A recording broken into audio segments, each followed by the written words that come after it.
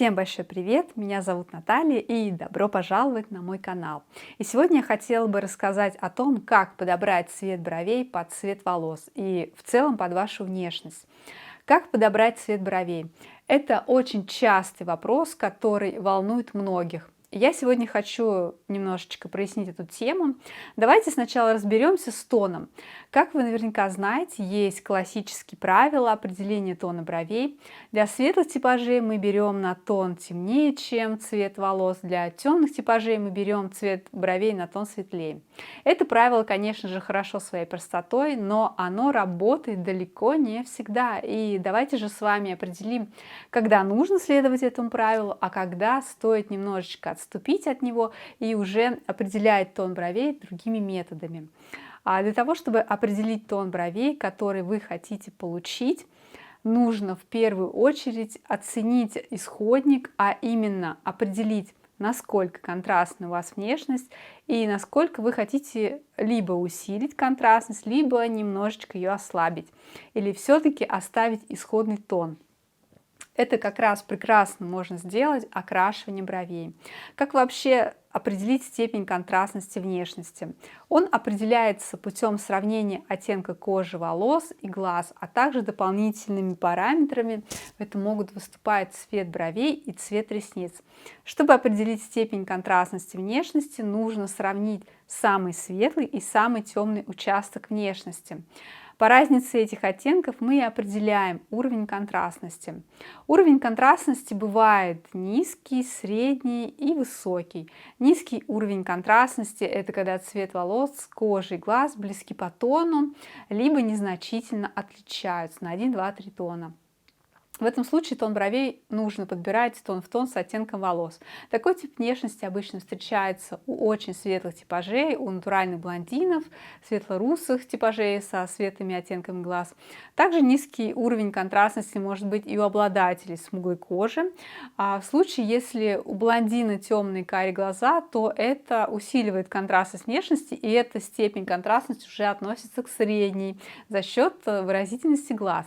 А средняя контрастность внешности, в свою очередь, характеризуется разницей в оттенках волос, кожи и глаз от 4 до 6 тонов. Обычно это русые типажи, рыжие и шатены. Как раз при такой внешности и можно применить классическое правило тона бровей на тон темнее оттенка волос. Но если вы по каким-то причинам хотите слегка уменьшить контрастность внешности, то можно сделать окрашенный тон в тон с оттенком волос. В свою очередь, высокая контрастность внешности характеризуется большой разницей между оттенком волос, оттенком кожи и глаз. Может отличаться от 6 до 9 тонов. Обычно такая внешность характерна для брюнеток или шатенок с очень светлым оттенком кожи и обладатель либо ярких, светлых оттенков глаз, либо темных. Если вы хотите смягчить контрастность такой внешности, то здесь как раз можно и применить это классическое правило для окрашивания бровей темных типажей. Сделать брови на тон светлее оттенка волос. В случае же, если вы хотите, наоборот, увеличить контрастность внешности, придать такую некую драматичность образу, вы можете сделать окрашивание бровей тон в тон с оттенком волос и даже сделать на тон темнее, если это возможно. Итак, с тоном мы разобрались. А теперь давайте разберемся с цветовой температурой внешности и бровей в частности. Она может быть холодной, либо теплой. Как вы уже поняли, с тоном бровей еще можно как-то немножечко накосячить, а вот с цветовой температурой лучше не стоит, так как это очень бросается в глаза. Например, серые холодные брови на теплой внешности будут смотреться дисгармонично, так же, как и теплый оттенок бровей на холодной внешности. Почему-то многие хотят себе именно холодный оттенок бровей, при этом никак не учитывая свой цветотип внешности. И, соответственно, многие имеют страх перед рыжими, красными бровями. Здесь я могу сказать, если оттенок подобран правильно, он как раз будет смотреться гармонично и будет подчеркивать вашу внешность. То есть он не будет выглядеть слишком холодным, либо теплым. Он будет смотреться естественно, и это как раз тот критерий, по которому можно понять, правильно подобран оттенок бровей под вашу внешность, либо нет. Итак, как определить температуру внешности? Начнем с теплого типажа. Теплый типаж характеризуется теплым оттенком кожи. Она может быть молочного, желтого, золотистого, бронзового, розового, персикового, оранжевого оттенка. В свою очередь, оттенок волос будет таким теплым, пшеничным, золотистым, с красноватым, рыжеватым отливом, без серого, синего, холодного подтона. Брови и ресницы могут быть рыжеватыми, либо золотистыми. Также температуру внешности можно определить и по цвету губ. Они будут всегда теплого оттенка, персикового, бежевого, розового, без синевы. Цвет радужки обычно у таких типажей тоже теплый, может быть янтарным, медовым, с теплым оттенком.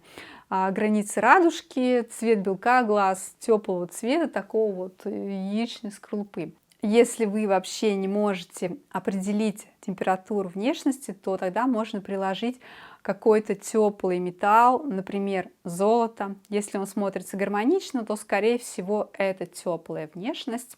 Либо можно поднести какой-то яркий предмет, например, оранжевый или какой-то теплый оттенок ткани, бумаги. Если он смотрится гармонично с вашей внешностью, то это теплая внешность. У меня внешность холодная, и оранжевый цвет смотрится дисгармонично. Но может быть еще такой момент, когда сама внешность холодная, а волосы покрашены в теплый оттенок. В таком случае, если нет каких-то сильных отросших корней, то мы берем за основу именно этот теплый оттенок волос и, соответственно, окрашиваем брови в теплый оттенок. То есть в этом моменте нужно ориентироваться именно на окрашивание волос, а не на натуральный оттенок. Если присутствует частичное окрашивание, цвет корней как раз является теплым, либо около лица есть естественные пряди, то мы ориентируемся по ним. Далее, как в свою очередь определить холодный типаж внешности? Холодный типаж характеризуется холодным оттенком кожи. Она может быть серая, серо-бежевая, оливковая, с фиолетовым отливом. Могут присутствовать голубоватые оттенки в коже, оттенки губ сине-сиреневые. Оттенки волос, если это блондин, то это серо-пепельный, оливковый. Если шатенки, то это горький шоколад, такой серо-коричневый оттенок. Если это брюнет, то в цвете волос может присутствовать синий, холодный оттенок. Брови серо-оливковые, если черный оттенок, то с синеватым отливом. Цвет глаз холодный, все холодные оттенки радужки, синие, голубые, цвет морской волны, серо-голубые. Границы радужки имеют холодный оттенок. При холодной температуре внешности выбираем холодные оттенки для окрашивания бровей. И еще хочу сказать об одном очень важном моменте. В оттенке волос важно определить такой дополнительный цветовой нюанс. Если посмотреть набор красок для окрашивания волос, то он указан через точку. Он может быть желтым, красным, серебряным, зеленым и синим. И если учесть это при окрашивании бровей, то оттенок бровей будет смотреться гармонично с вашей внешностью. Еще есть такая отдельная тема, это оттенок бровей при нестандартном креативном окрашивании волос. Здесь существует несколько вариантов. Первый вариант – это когда есть отросшие корни, либо окрашивание выполнено фрагментарно, не на все волосы, то тогда мы ориентируемся на цвет отросших корней, либо цвет волос у лица. То же самое мы делаем и при мелировании волос. Второй вариант. Если волосы окрашены полностью, и вы не видите, какой естественный оттенок волос, то в этом случае определяем, теплый это оттенок или холодный, и степень контрастности внешности. В этом случае мы окрашиваем брови в естественные оттенки, но с учетом тепловой температуры окрашенных волос. То есть, если волосы окрашены в холодные оттенки, например, синий, серый, холодно-красный, фиолетовый и так далее, то мы выбираем естественные оттенки с холодным подтоном. Если волосы окрашены в теплые, красные, оранжевые оттенки, желтый, может быть, в теплый зеленый оттенок, то тогда мы выбираем оттенки уже с теплым подтоном. Еще есть вариант номер 3. Это вариант для очень смелых и креативных. Это когда мы окрашиваем брови в цвет волос. То есть здесь уже нет никаких особых правил. Главное, если вы хотите получить чистый оттенок, то перед окрашиванием бровей вам нужно будет их осветлить и уже на эту базу тонировать волоски в нужный цвет. Тонировать можно как красителями с прямыми пигментами, которые используются для непосредственно окрашивания волос, либо в некоторых марках для бровей есть нестандартные оттенки красители, такие как красный, синий, например. Такие есть у Reflectacil и у Brow для креативного окрашивания бровей. И на сегодня это все, что я хотела рассказать по этой теме. Поставьте лайк, если вам было полезно это видео, подписывайтесь на мой канал. Впереди нас ждет много чего интересного. А сейчас я уже хочу попрощаться. Всем до новых встреч и всем пока-пока.